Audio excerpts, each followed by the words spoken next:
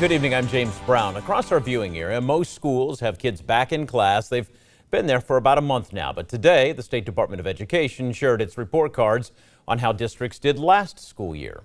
Districts and parents have a lot to say about these grades. News Center 7's Brandon Lewis, you can see him right there live in Miamisburg tonight, showing us how some of these districts performed. Brandon? James, we reached out to several districts across the Miami Valley. Some are in support and are pleased with the results, while others think those report cards do not show the whole picture. I spent much of Thursday afternoon and evening talking with districts about their report cards. We work year to year to improve our grade card. I caught up with Fairborn City School Superintendent Gene Lally at a ribbon cutting for a new school in the district. He said he had not seen the report cards before our interview, but told me it's something he keeps an eye on. Anytime, the state of Ohio sometime back raised the bar, and we try to meet those the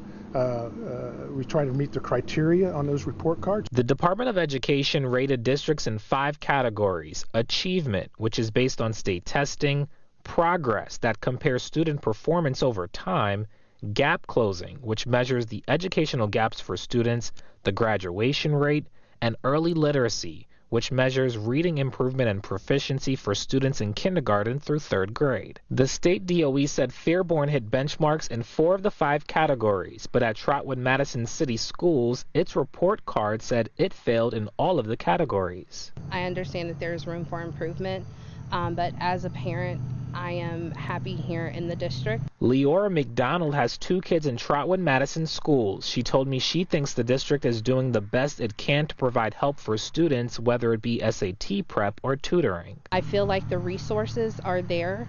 We just need our students and our parents to reach out and take advantage of those opportunities to help increase those scores. In an email, the district superintendent told WHIO in part, "We do not feel that the ratings reflect the entirety of how we serve our students and families. We are constantly working to improve our district. We have increased administrative, teacher and student supports in the areas of school safety, curriculum, class offerings, new enrichment programs, and pathways to education." Meanwhile, the superintendent of Miamisburg City Schools told me she believes the report card accurately reflects her district's performance. The district met the mark in every category except early literacy. The superintendent said she'd like to learn from other districts who have succeeded in the literacy category. But I think on what the state measured, I feel like this does show what we do, but there's just so much more that we could highlight and feature as part of our student success here in Miamisburg. And tonight we also heard from the superintendent of Springfield City Schools. The report card for that district said that they're not meeting state standards in all 5 categories. In a statement, the superintendent said he believes the report card is not a comprehensive representation of the work done in his district. He also believes the report cards don't show the impact the pandemic has had on school districts. I reached out to the State Department of Education to ask them if these report cards impact funding to districts in any way. The department said it does not. Live in Miamisburg tonight, Brandon Lewis, News Center 7. And county